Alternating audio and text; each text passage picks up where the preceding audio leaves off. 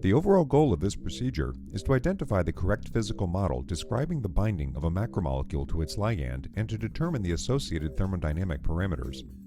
This is achieved by first preparing a stock solution of the macromolecule through extensive dialysis. The ligand of interest is then dissolved in the final dialysis buffer, and the concentrations of all the components are determined. In the second step, the macromolecule and ligand samples are carefully diluted to a series of different concentrations.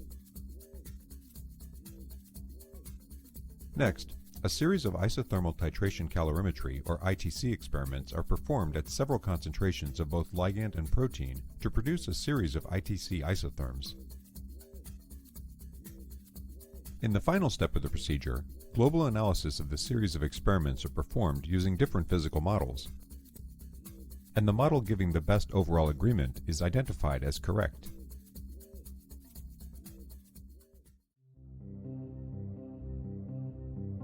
Today I'll be showing you a method that can help answer biophysical questions, such as how protein molecules bind their ligands, and can provide accurate measures of binding parameters such as enthalpies, entropies, and association constants. Prior to the start of this protocol, purify the protein of interest. The macromolecule used in this demonstration is aminoglycoside N6'-acetyltransferase 1I, or AAC 6'1I.